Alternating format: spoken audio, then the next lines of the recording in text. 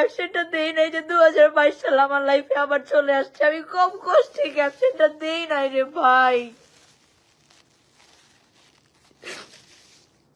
কত বাজে ভাবে একটা মানুষ ঠকাইতে পারে আল্লাহ।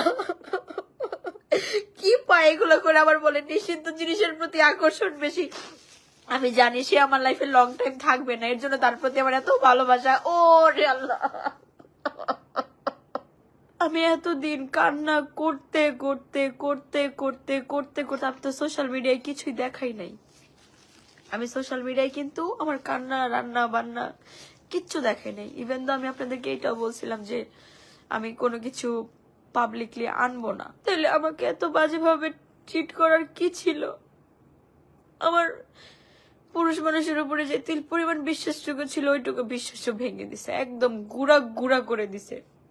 পুরুষ মানুষ যখন আই লাভ ইউ এর কথাটা বলে আমার না ঘৃণা লাগে, আমার মনে অনেক কষ্ট, আমার ভিতরটা ফেটে যাইতেছে। কারণ একটা মানুষকে সর্বস্ব দিয়ে ভালোবাসার যন্ত্রণা যে কত বেশি।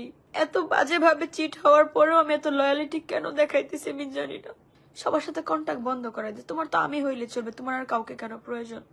আমি ওনাকে আমার ফ্রেন্ড ভাবছি, ওনাকে আমার সব ভাবছি, সব ভেবে ওনার সাথে আমি ভাবে থাকছি যে উনি আমাকে সময় দিবে, উনি আমার সাথে কথা বলবে, রাতে ঘুমানোর সময় ভিডিও কলে রেখে দিবে, সকালে ঘুম থেকে উঠে গুড মর্নিং বলবে, ঘুরতে নিয়ে যাবে,